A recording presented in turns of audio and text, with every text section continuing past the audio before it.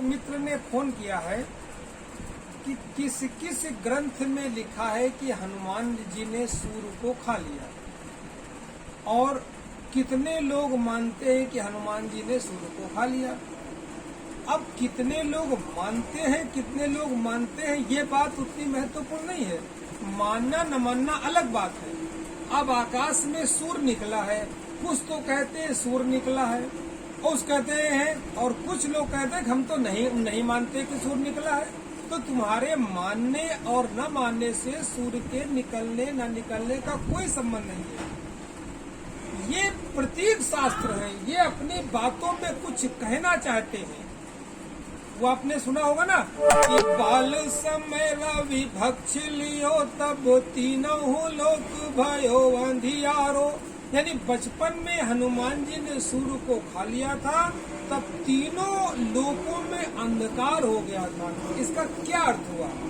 इसका अर्थ सीधा सीधा नहीं है कि हनुमान जी ने सूर्य को खा लिया।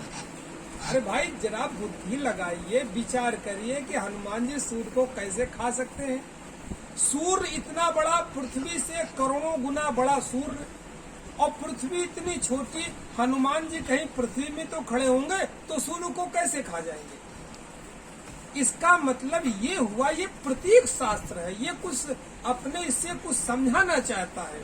जैसे बाल समय रवि भक्ष लियो, बचपन में हनुमान जी ने सूर्य को खा लिया। इसका अर्थ ये हुआ कि बचपन में, उस जमाने में, उस प्राचीन काल में एक सूर्य सिद्धांत का नाम का ग्रंथ चलता था, जिसका ज्ञान हनुमान जी को बचपन में ही हो गया था। सूर्य विज्ञान, यानी सूर्य विज्ञान कोई एक ग्रंथ है, उसका ज्ञान यानी उसका अध्ययन, उसका उसमें पूरे हनुमान जी पारंगत हो गए थे। उस जमाने में तीनों लोकों में वो जो सूर्य सिद्धांत का ग्रंथ था, वो तीनों लोकों में अंधकारमय था। यानी तीनों लोकों में उसका अर्थ कोई नहीं जानता था। हनुमान जी उसको जानते थे, उसको प्रयोगों को उन्होंने सिद्ध किया। जैसे आपने हाई स्कूल इंटर में पढ़ा होगा ना, वो प्रकाश के सिद्धांत में, कि उत्तल लेंस होता है, अवतल लेंस होता है। जब सूर्य की किरणें किसी लेंस पे पड़ती हैं तो कभी चेहरा बड़ा दिखता है उत्तल लेंस में, अवतल लेंस में छोटा दिखता है। तो उसमें आदमी किसी में मोटा दिखता है, किसी में पतला दिखता है। सारे के सारे सूर्य की किरणों सूर्य सिद्धांत पर ही आधारित है। तो हनुमान जी का बड़ा दिखना, हनुमान जी का छोटा दिखना, राम रावण के युद्ध में रावण कई रावणों को दिखना, ये सब क्या है? ये सब प्राचीन समय में सूर्य सिद्धांत के कारण वो लोग इसको सेट करते थे कि हम कहाँ, किस तरह, किस एंगल से खड़े हों तो मोरे 1000 रूप दिखेंगे। जैसे सूर्य सिद्धांत का एक बहुत अच्छा उदाहरण आपने देखा होगा।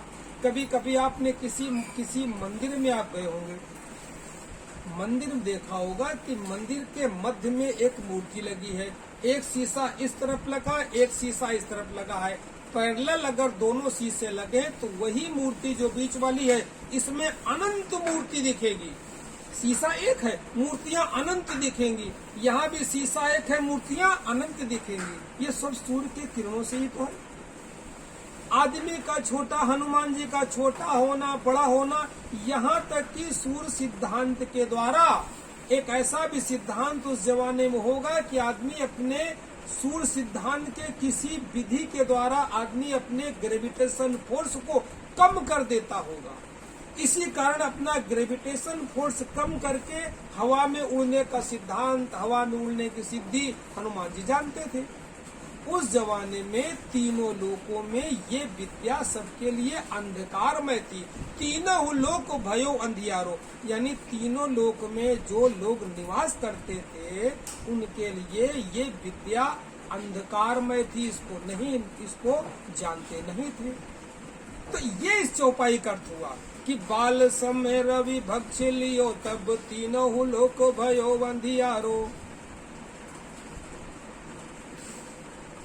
तो अध्यात्म की जो भाषा है, पुराणों की जो भाषा है वो यथावत जैसा कहा जा रहा ऐसा मत समझिए, उससे कुछ सार निकालिए। अब सिद्धांत ये है, अब कुछ लोग माने या कुछ लोग माने, मान्यता और न मानने का सवाल अलग है, इसका कोई संबंध नहीं। इसका अर्थ ये है।